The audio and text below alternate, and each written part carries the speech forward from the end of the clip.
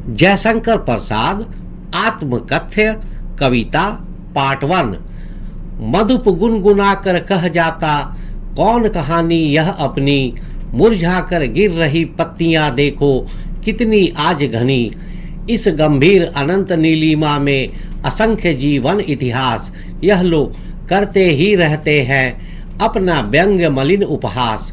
तब भी कहते हो कह डालूं दुर्बलता अपनी बीती, तुम सुनकर सुख पाओगे देखोगे यह गागर रीति। किंतु कहीं ऐसा ना हो कि तुम ही खाली करने वाले, अपने को समझो मेरा रस ले अपनी भरने वाले। मधुप गुनगुनाकर कह जाता कौन कहानी यह अपनी। मधुप भौरा, यहाँ कवि ने अपने मन हृदय के रूप में भौरा का प्रयोग किया है। गुनगुनाकर, गुनगुनाते हुए, धीरे धीरे आवाज करते हुए। कह जाता, कह रहा है। कौन, किस तरह की कहानी, कथा, जीवन की कहानी। यह अपनी, अपनी खुद की। अर्थ, यह अपनी कौन सी कहानी है जिसे भौरा या मेरा मन हृदय गुनगुनाकर कह रहा है। भावार्थ, कवि जयशंकर प्रसाद कहते हैं कि उनका मन जो भौरे के समान गुनगुना रहा है, आखिर अपनी कौन सी कहानी कह रहा है।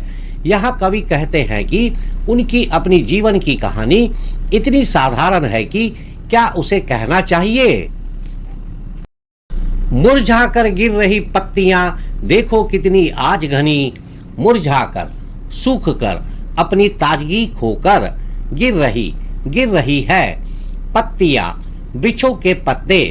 यहाँ जीवन की घटनाओं या पुरानी यादें। देखो, देखने के लिए कहना। कितनी, बहुत अधिक संख्या में। आज, इस समय, वर्तमान में। घनी, सघन, ढेर सारी। अर्थ, देखो आज कितनी ढेर सारी पत्तियां मुरझाकर सूखकर गिर रही है। भावार्थ, कविता में जब कवि जयशंकर प्रसाद पत्तियों की बात करते हैं तो उनका मतलब जीवन की पुरानी यादों, खुशियां और दुखों से है जो अब फीके पड़ रहे हैं। जिस प्रकार पतझड़ में ढेर सारे पत्ते गिरते हैं, वैसे ही कवि के जीवन की मीठी और दुखद यादें भी समय के साथ समाप्त हो रही है। घनी शब्द यह बताता है कि कवि के जीवन में ऐसी यादें बहुत ज्यादा है और उनके लगातार जाने से कवि को गहरा खालीपन महसूस हो रहा है। इस गंभीर अनंत नीलिमा में असंख्य जीवन इतिहास। यह गंभीर, गहरा, गंभीर, अनंत नीलिमा, अनंत जिसका कोई अंत ना हो, और नीलिमा आकाश का नीलापन। यहाँ इसका अर्थ विशाल और गहरा जीवन है। में, भीतर, अंदर, असंख्य, अनगिनत, जिनकी गिनती ना की जा सके। जीवन इतिहास, जीवन की कहानियां, लोगों के जीवन की घटनाएं। अर्थ, इस गहरे और असीमित नीले आकाश में अनगिनत, जिनकी गिनती ना की जा सके, में लोगों के जीवन की कहानियां समाई हुई है।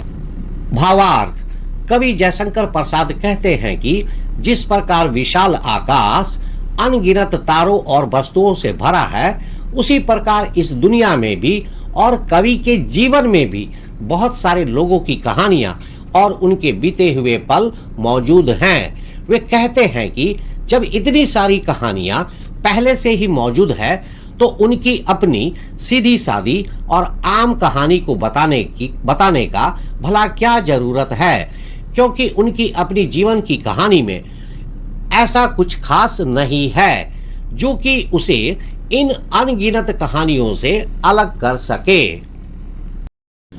यह लोग करते ही रहते हैं अपना व्यंग मलिन उपहास। यह देखो, यह एक आम बात है। करते ही रहते हैं, लगातार करते रहते हैं, यह उनका स्वभाव है।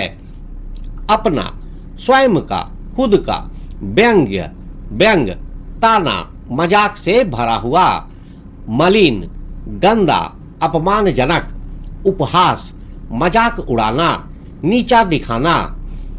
अर्थ, यह देखो या यह सुनो, लोग हमेशा अपना ही अपमानजनक और तानापूर्ण उपहास, मजाक उड़ाते रहते हैं। भावार्थ, कवि जयशंकर प्रसाद उस आदत, स्वभाव की बात कर रहे हैं जहां लोग दूसरे के या स्वयं के जीवन की कमजोरियों और अभावों का मजाक उड़ाते हैं, उन्हें अपमानित करते हैं।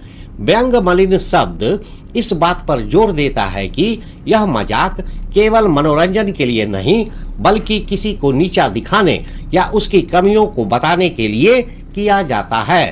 कवि अपनी आत्मकथा ना लिखने के पीछे कारण यह दे रहे हैं कि उनके अपने साधारण जीवन के सत्य को लोग शायद इसी तरह व्यंग, मजाक और उपहास का पात्र बनाएंगे। तब भी कहते हो, कह डालो दुर्बलता अपनी बीती, तब भी इसके बावजूद फिर भी कहते हो, तुम कहते हो, आग्रह करते हो। यहाँ कवि अपने मित्रों या पाठकों को कह रहे हैं, कह डालूं, कह दूं, बता दूं, लिख दूं, दुर्बलता, कमजोरी, निर्बलता, दोष, अपनी, स्वयं की, खुद की, बीती, गुजरी हुई, जो बीत चुकी है, अतीत की घटनाएं। अर्थ, जब चारों ओर व्यंग, मजाक और उपहास का माहौल है और जब इतनी सारी जीवन कथाएं पहले से ही है, तब भी तुम मित्र या पाठक मुझसे कहते हो कि मैं अपने जीवन की गुजरी हुई कमजोरियां, निर्बलता और दोष को भी कह डालूं या बता दूं। भावार्थ, कवि जयशंकर प्रसाद अपनी आत्मकथा ना लिखने का एक और कारण बताते हैं। कवि कहते हैं कि जब उनके जीवन में कहने लायक कुछ खास नहीं है और हर तरफ उनके जीवन की कमजोरियों का मजाक होता रहता है, ऐसे में भी लोग उनसे आग्रह क्यों कर रहे हैं कि वे अपनी बीत चुकी कमजोरियों, असफलताओं और अभावों को सबको बताएं। कवि यह कहते हैं कि जब इतनी सारी जीवन कथाएं पहले से ही है, तो उनकी अपनी साधारण कथा को क्यों सुनाया जाए।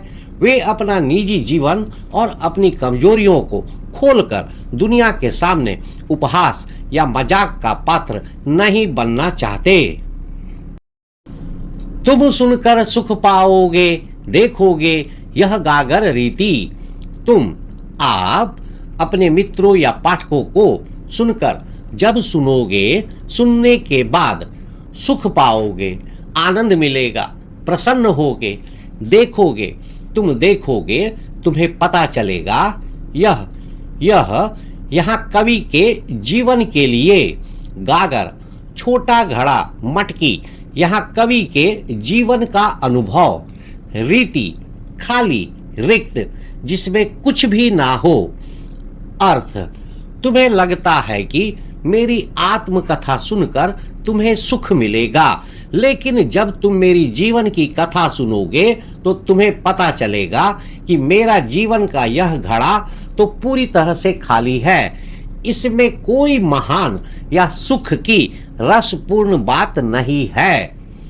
भावार्थ, इस पंक्ति में कवि जयशंकर प्रसाद कहते हैं कि उनके मित्र शायद सोचते हैं कि उनकी आत्मकथा सुनकर उन्हें आनंद मिलेगा, लेकिन उनका मानना है कि जब वे अपनी आत्मकथा लिखेंगे तो पाठक देखेंगे कि उनका जीवन रूपी घड़ा, गागर, बिल्कुल खाली है, यानी उसमें कोई महान उपलब्धि, रोमांचक घटना या विशेष आनंद नहीं है जिसे सुनकर किसी को सुख मिले।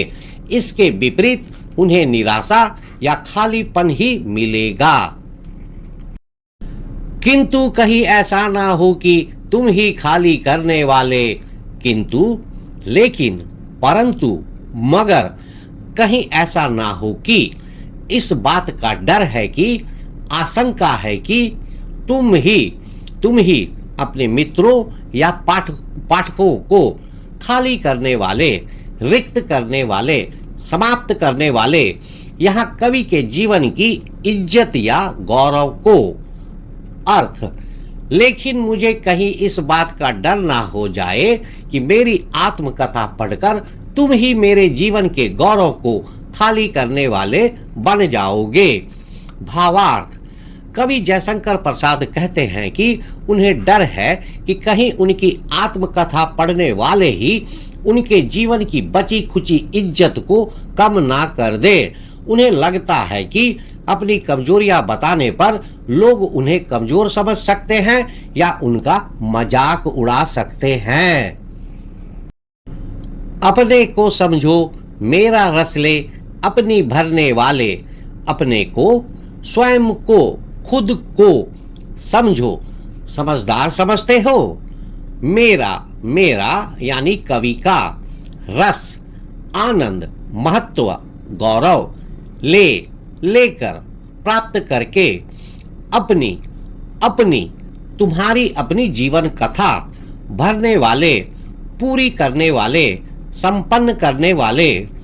अर्थ, शायद तुम खुद को बहुत समझदार समझते हो और सोचते हो कि मेरी आत्मकथा से मेरे जीवन का रस या दुख या अनुभव लेकर तुम अपनी जीवन की कमी या खालीपन को भर लोगे।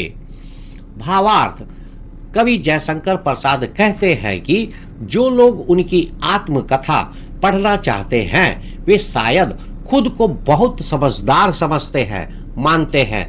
कवि को डर है कि जब पाठक उनकी जीवन की कमजोरियों, दुखों और असफलताओं, जिन्हें कवि रस कह रहे हैं, के बारे में जानेंगे तो वे अपनी स्थिति को कवि से बेहतर समझेंगे और इससे उन्हें एक प्रकार का संतोष का भाव मिलेगा। कवि को भय है कि उनकी सच्चाई जानकर लोग उनका उपहास करेंगे या उन्हें कम आंकेंगे, जिससे उनका बचा खुचा आत्मसम्मान भी खाली हो जाएगा। चैप्टर 3, जयशंकर प्रसाद आत्मकथ्य कविता व्याख्या। प्रेमचंद जी ने जब अपनी पत्रिका हंस के लिए आत्मकथा पर एक खास अंक निकालने की सोची तो उन्होंने बहुत से लेखकों को अपनी अपनी कहानियां, आत्मकथा, ऑटोबायोग्राफी लिखने को कहा। ऑटोबायोग्राफी जब व्यक्ति स्वयं लिखता है तो ऑटोबायोग्राफी होता है और बायोग्राफी होता है जब कोई आदमी किसी दूसरे की कथा को, आत्मकथा को लिखता है। जयशंकर प्रसाद जी के दोस्तों ने भी उनसे आग्रह किया कि वे अपनी आत्मकथा लिखें। कवि ने आत्मकथा लिखने से मना किया और ना कहने के जो कारण बताए वही कारण इस कविता का रूप ले लिया। ये कविता छायावादी अंदाज में लिखी गई है। इसमें जयशंकर प्रसाद जी ने अपनी जिंदगी की सच्चाई और कमियों को बड़े ही दिल छू लेने वाले तरीके से बताया है। इस कविता में उन्होंने हमें बताया है कि उनकी जिंदगी की कहानी किसी आम इंसान की कहानी जैसी ही है। इसमें ऐसा कुछ भी खास नहीं है जिसे लोग महान या मजेदार मानकर उनकी तारीफ करें। कवि जयशंकर प्रसाद इन पंक्तियों में अपनी आत्मकथा न लिखने के पीछे के कारण बता रहे हैं। वे शुरुआत में कहते हैं कि उनका मन एक भौरे की तरह पता नहीं कौन सी कहानी गुनगुना रहा है, यानी वे अपनी बात को लेकर दुविधा में हैं। वे देखते हैं कि उनके जीवन की पुरानी यादें पत्तियों की तरह आज बहुत ज्यादा संख्या में मुरझाकर गिर रही है, जैसे खुशियां और दुख सब समय के साथ फीके पड़ रहे हैं। कवि सोचते हैं कि जब इस दुनिया के गहरे और असीमित आकाश में पहले से ही अनगिनत लोगों की जीवन कहानियां भरी पड़ी है और लोग तो बस दूसरों की कमजोरियों का मजाक उड़ाते ही रहते हैं, ऐसे में भी मेरे दोस्त मुझसे कहते हैं कि मैं अपने जीवन की सारी बीती हुई कमजोरियों और अभाव बता डालूं। वे कहते हैं कि अगर मैं अपनी कहानी सुनाऊंगा तो शायद लोगों को सुख मिलेगा, लेकिन असल में वे देखेंगे कि मेरा जीवन रूपी घड़ा बिल्कुल खाली है, यानी इसमें कोई महान बात नहीं है। कवि को डर है कि जो लोग उनकी आत्मकथा पढ़ना चाहते हैं वे शायद खुद को बहुत समझदार मानते हैं। उन लोगों को लगता है कि वे कवि के जीवन के दुखों और अनुभवों रस को जानकर अपनी कमियों या खालीपन को भर लेंगे। उन्हें यह भी महसूस होगा कि वे कवि के जीवन के दुखों और अनुभवों रस से बेहतर हैं और वे अपने आप को कवि से बेहतर समझने लगेंगे और इससे उन्हें एक प्रकार का संतोष का भाव मिलेगा। कवि को भय है कि उनकी सच्चाई जानकर लोग उनका उपहास करेंगे या उन्हें कम आंकेंगे, जिससे उनका बचा कुछा आत्मसम्मान भी खाली हो जाएगा। MCQ मल्टीपल चॉइस क्वेश्चन, बहुविकल्पीय प्रश्न। प्रश्न 1, कवि अपनी आत्मकथा क्यों नहीं लिखना चाहते हैं? अ, क्योंकि उनके पास कोई कहानी नहीं है। ब, क्योंकि लोग उनकी कमजोरियों का मजाक उड़ाएंगे। स, क्योंकि वे बहुत व्यस्त हैं। द, क्योंकि उन्हें लिखना नहीं आता। सही उत्तर ब, क्योंकि लोग उनकी कमजोरियों का मजाक उड़ाएंगे। प्रश्न 2, मधुप यहाँ किसका प्रतीक है? भंवरे का, कवि के मन का, खुशियां का, गीत का? सही उत्तर कवि के मन का। प्रश्न 3, मुरझाकर गिर रही पत्तियां किसका प्रतीक है? पतझड़ का, पुराने पेड़ों का, जीवन की पुरानी यादों और दुखों का, उदासी का? सही उत्तर जीवन की पुरानी यादों और दुखों का। प्रश्न 4, कवि के अनुसार उनकी आत्मकथा सुनकर लोगों को क्या अनुभव होगा? उन्हें बहुत सुख मिलेगा, उन्हें पता चलेगा कि कवि का जीवन खाली है, उन्हें कवि से सहानुभूति होगी, उन्हें कवि पर गर्व होगा। उत्तर, उन्हें पता चलेगा कि कवि का जीवन खाली है। प्रश्न नंबर 5, कवि को किस बात का डर है कि पाठक उनकी आत्मकथा पढ़कर क्या करेंगे? वे कवि की प्रशंसा करेंगे, वे कवि को और अधिक खाली या उपहास का पात्र बना देंगे, वे कवि से प्रेरित होंगे, वे कवि को महान समझेंगे। उत्तर, वे कवि को और अधिक खाली या उपहास का पात्र बना देंगे। प्रश्न संख्या 6, कवि ने आकाश को गंभीर अनंत नीलिमा क्यों कहा है?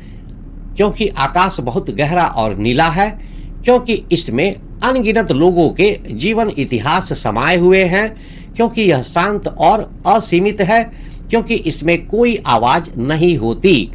सही उत्तर, क्योंकि इसमें अनगिनत लोगों के जीवन इतिहास समाये हुए हैं। प्रश्न संख्या 7, कवि द्वारा गागर रीति कहने का क्या अभिप्राय है? कवि के पास पानी का घड़ा खाली है, कवि का जीवन सुख और महान उपलब्धियों से खाली है, कवि का जीवन दुखों से भरा हुआ है, कवि ने अपने जीवन में कुछ भी नहीं कमाया। सही उत्तर, कवि का जीवन सुख और महान उपलब्धियों से खाली है।